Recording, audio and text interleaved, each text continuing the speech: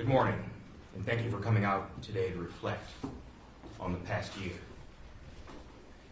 In the song Seasons of Love from the Broadway musical Rent, the lyrics begin with 525,600 minutes.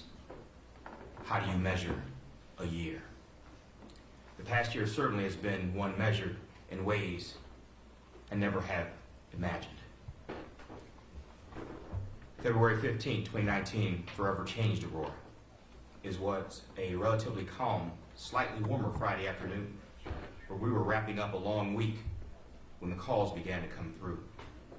From that minute, the lyrics begin with 525,600 minutes. How do you measure a year? The past year certainly has been one measured in ways I never have imagined. February 15, 2019 forever changed Aurora.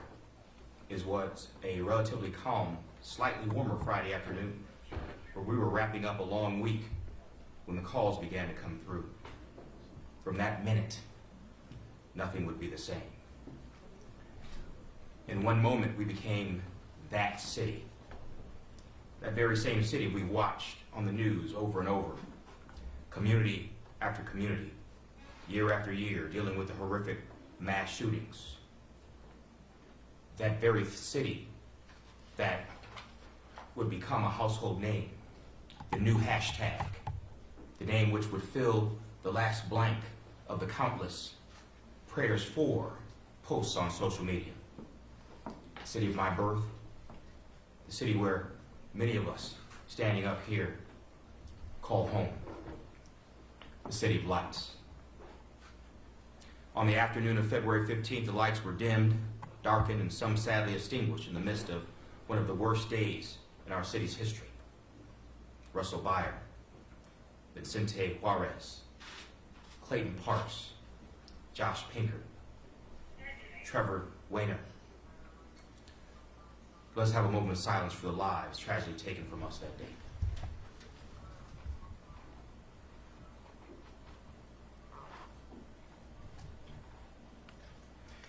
There was a bright light that showed through the dark cloud in the face of danger and death. Heroes emerged, but not with capes, with uniforms. We are forever grateful for the fine women and men of the Aurora Police Department, the Aurora Fire Department, all of the responding public safety officials that came in from miles around to serve and protect our community. We say a special thanks to our 5 wounded officers of the Aurora Police Department, John Sobolski, Marco Gomez, Adam Miller, Reynaldo Rivera, and James Ziegler. Let's please give them a round of applause.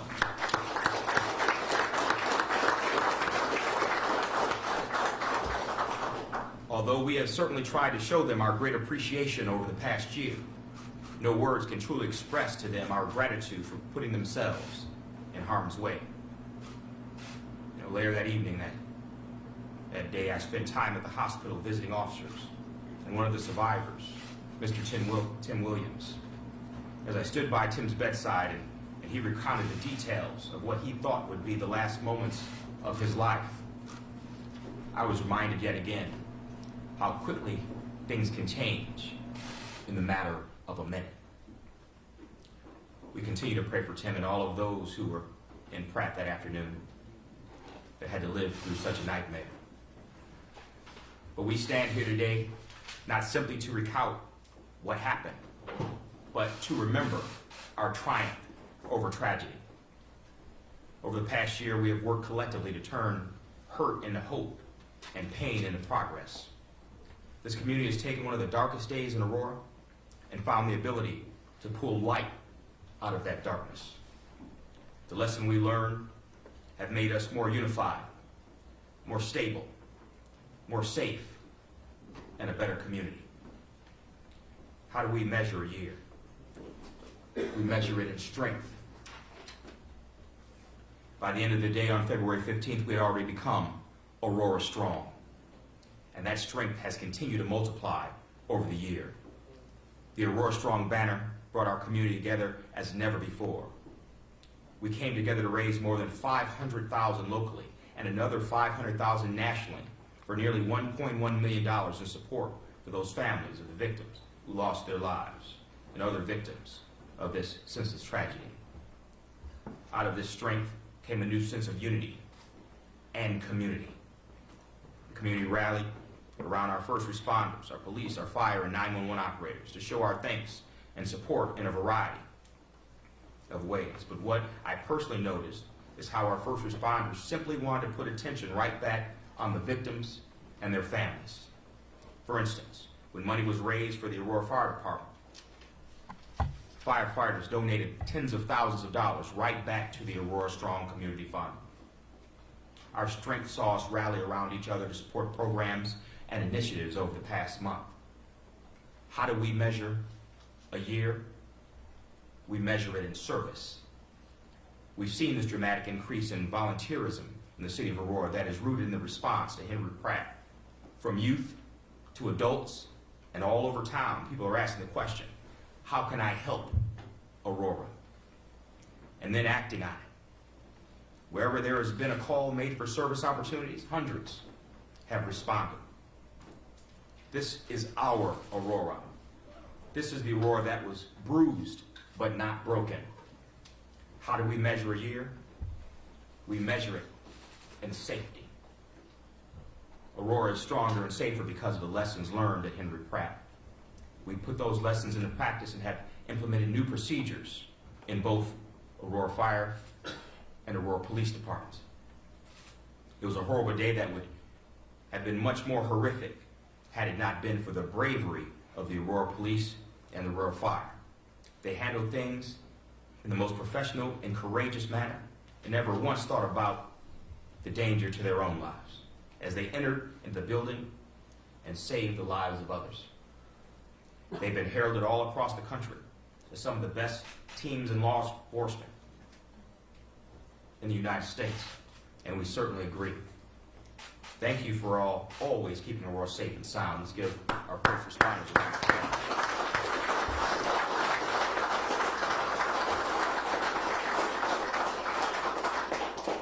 How do we measure a year? We measure it in the solemn remembrance and reflections. We must never forget what happened at Henry Pratt on February 15th and the lives that were lost and forever impacted. Today we stand here in the Art and History Center in this beautiful new Henry Pratt Memorial Tribute organized by the Aurora Historical Society. Thank you to John Jaros and Mary Clark Orman for providing this space for our community to remember and reflect.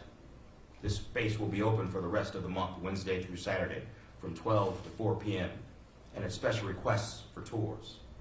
On Saturday, February 15th, the anniversary of the tragedy, I encourage the community to visit, remember, and reflect.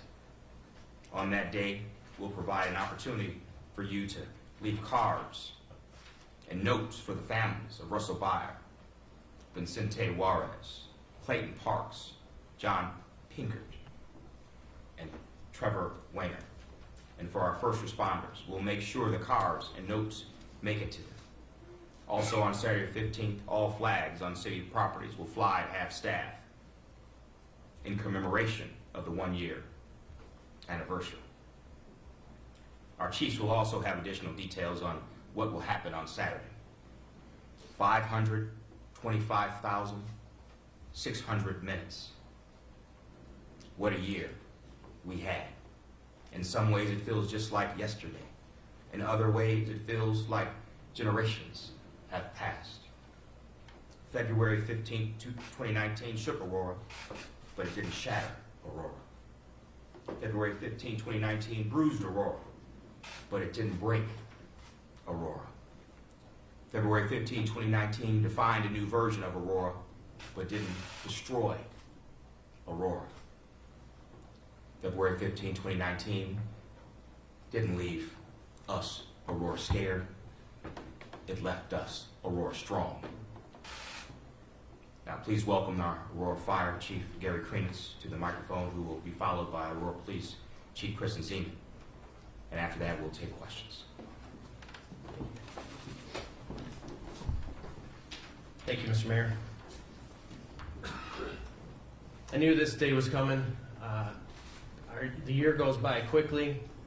for some of us and others, the families, I'm sure it did not, and I'm very sad for that. Reaching back to reflect on the year, that day, it quickly became evident that our lives in the city of Aurora changed. That afternoon, Deputy Chief Gilbert and I were having lunch together. We ran into a retired firefighter who was retired so long we didn't even know him, and we got discussing the job and our experiences. DC Gilbert and I have been through a lot of things in our careers, but nothing could have prepared us for that radio call we heard shortly after that discussion of an active shooter at Henry Pratt. That day forever changed me and the Aurora Fire Department. The fire department and the people of this city have continued to stand strong in support of both the families of the victims and the injured police officers. Their names will be said many times here today, but I believe they need to be spoken again. Trevor Wayner, Vincente Juarez, Clayton Parks, Josh Pinkert, and Russell Byer. You'll never be forgotten. And those police officers, Officer Sobolski, Officer Gomez, Officer Miller, Officer Rivera, and Officer Zigar. Thank you, APD, for being our heroes.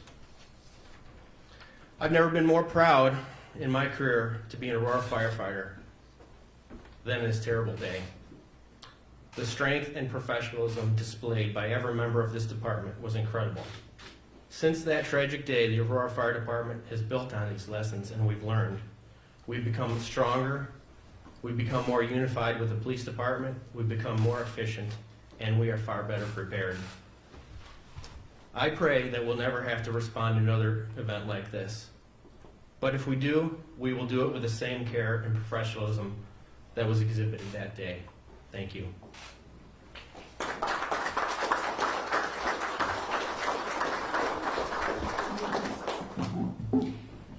Thank you all for being here. February 15th at 1:24, that call came in of a mass shooting. And it was one of those surreal moments where I wasn't quite sure what I was hearing over the radio.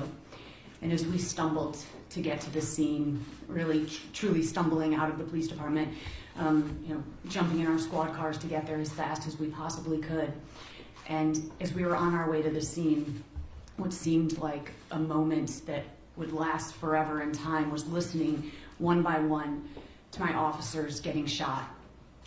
I don't quite know how to describe that experience. I knew once we got there, we had a job to do. And I have to say, now that a year has passed, we've had so many people asking us the question, what is it like? What has it been like this past year? And the truth is, from the outside looking in, that year doesn't feel like a year for us because we're still going through it. We still have officers that have not returned to work from their injuries. Those heroes are fighting to get back to work. And I am grateful every day that they are still here with us, walking the earth. And that gratitude it's a wonderful feeling, and it's quickly followed by a lot of pain. The hardest day of my life was having to stand in front of the families of these beautiful human beings that just went to work that morning and never came home. To see the pain in their eyes. And people have asked us, well, what makes these victims different? In law enforcement, we have, we count things, we have data, right? How many shootings, or shootings up, or shootings down? And when you really look at that data, those numbers, they're attached to human beings. And I never want to forget that. And that is the one thing that I have learned over this past year, is that real human beings were walking the earth and are no longer with us. And the pain that these families are feeling, it doesn't feel like a year. It still feels like they are stuck in that moment in time. I never want to forget them. I've had the honor of representing my city and my police department to go to the White House for the State of the Union, and I have their names in my pocket close to my heart. And every day I think of them. But that day, I know lives were saved because of first responders. I am so proud of the men and women of not only the Aurora Police Department, but the Aurora Fire Department. This city should be very proud of its first responders, as well as those who worked behind the scenes, those telecom operators that were the glue that held it together. It seemed very chaotic, and yet it was completely organized chaos because we have prepared for that moment. And I really want to say to the city of Aurora how grateful I am for allowing us to have that preparation. There are a lot of cities that the first thing they cut in the budget is training. And I've said it before and I will say it again, you play like you practice. We do not rise to the level of our expectations, we fall to the level of our training. And those officers and those firefighters that day it did exactly that. And fortunately, that expectation was high for all of us. We had just started training, rescue task force training with our fire department prior to this incident happening. And that is the preparation that led us to perform so well together that day. So I say again, you should be very proud of your first responders in the city of Aurora. And thank you for that. And when I think of the heroic actions that day, not just of our police officers that went in one by one and took fire and continued going, I think of their mindset, and that goes along with that preparation. It's that mindset of survival. You had Jim Zegar shot in the neck, and he had to be physically pulled from the scene. And when I later spoke with him, I asked him, why did you fight to get out of the scene? And his words to me were this. He said, I knew that I was shot, and he said it started to go black around the edges, and he thought, just put me in there, send me back into that building to take care of that threat, so I do not die in vain. That was his last thought before we grabbed him and threw him into a squad car. You had Adam Miller that day that was shot in the eye, and you hear him saying, I'm shot, but I'm still in the fight. That is the mindset that we have here in the city of Aurora. So when you talk about Aurora Strong, that is the epitome of what Aurora Strong is. And speaking of that, the reason that we have come this far and we are strong is because the community wrapped their loving arms around us. When you look at this memorial and you see these signs, they're just a microcosm of what we were surrounded with at our fire department and our police department. And those were the things that helped us sit up just a little bit taller and helped us get through this. So we are Aurora Strong, and we are going to come back from this stronger than we have ever been, but we are always going to remember these 5 beautiful souls that are no longer with us and the families that have to endure life without them. But once again, we are Aurora Strong. Thank you so very much.